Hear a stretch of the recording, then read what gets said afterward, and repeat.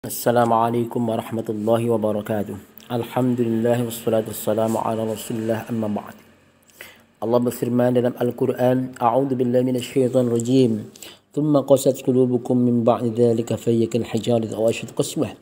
Wa inna minal hijarati lama yatafajjaru minhu al-anhar. Wa inna minha lama yashaqqaqu fayakhruju minhu al-ma'. Wa inna minha lama yahbitu min khashyatillah. Wa ma Allahu bighafilin amma ta'malun. Kemudian setelah itu hatimu menjadi keras seperti batu, bahkan lebih keras lagi.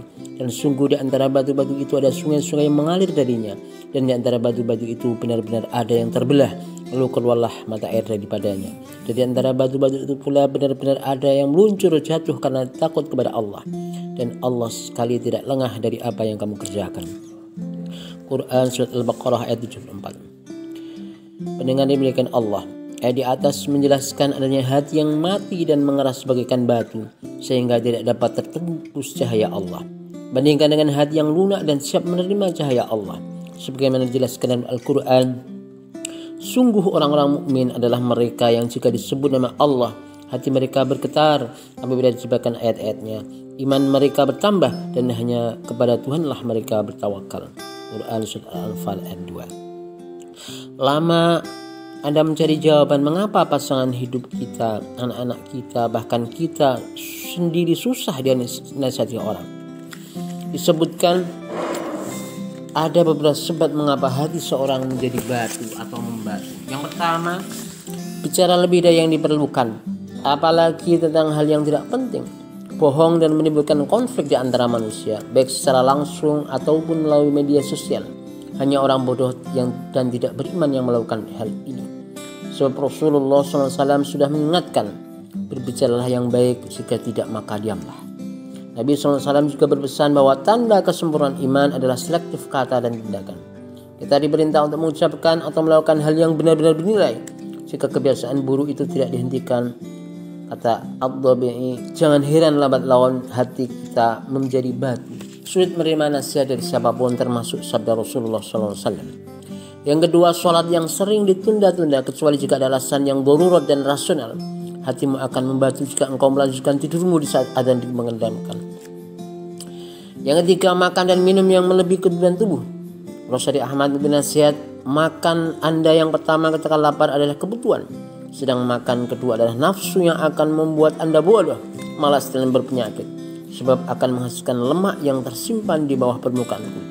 Jangan seperti hewan yang hanya berhenti mengunyah makan ketika tidur.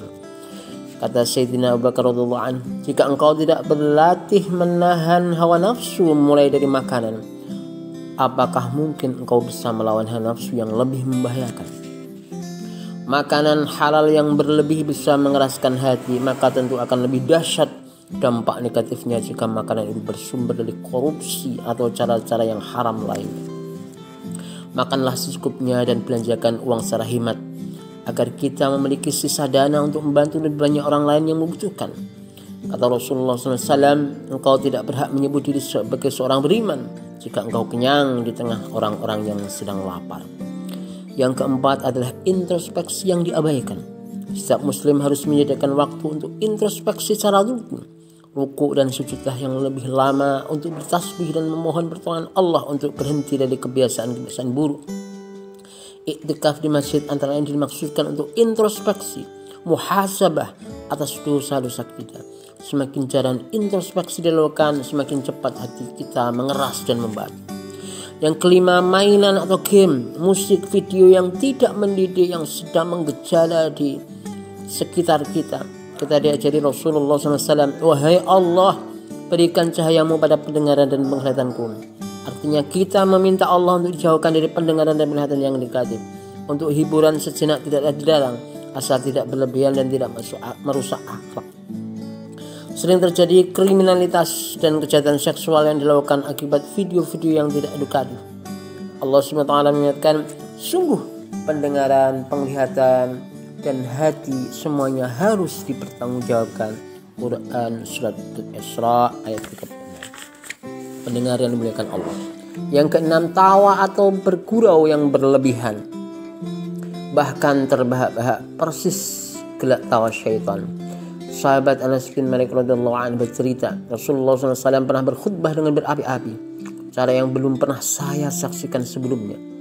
Beliau Rasulullah SAW berkhutbah, andaikan kalian mengetahui apa yang telah ku ketahui, niscaya kalian akan sedikit tertawa dan banyak menangis. Para sahabat langsung menutup muka sambil sesungguhkan menangis. Hadis riwayat Bukhari Muslim. Imam Hasan Al-Basri menegur pemuda yang tertawa terbahak-bahak. Wahai anak muda, bagaimana kalian bisa tertawa seperti itu? Padahal tidak ada jaminan bahwa engkau masuk surga dan selamat dari siksa.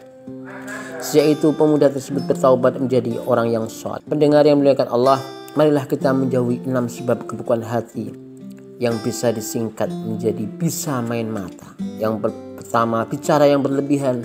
2, sholat yang ditunda-tunda. 3, makan yang berlebihan. 4, introspeksi yang diabaikan, tidak mau muhasabah. Nomor 5, mainan yang tidak mendidik. Nomor 6 adalah tawa yang berlebihan. Semoga kita selalu memohon kepada Allah. Semoga Allah menyinari hati kita sehingga mudah tersentuh dengan firman Allah dan sabdanya. Lunakanlah hati kita, nyalakan pelita dada kita dengan cahaya Nabi tercinta Muhammad sallallahu alaihi wasallam. Allahumma shalli alaihi wasallim wa barik alaihi. Hadana Allah wa iyyakum wastaghfiruh innallaha ghafurur rahim wal 'afu minkum. Wassalamu alaikum warahmatullahi wabarakatuh.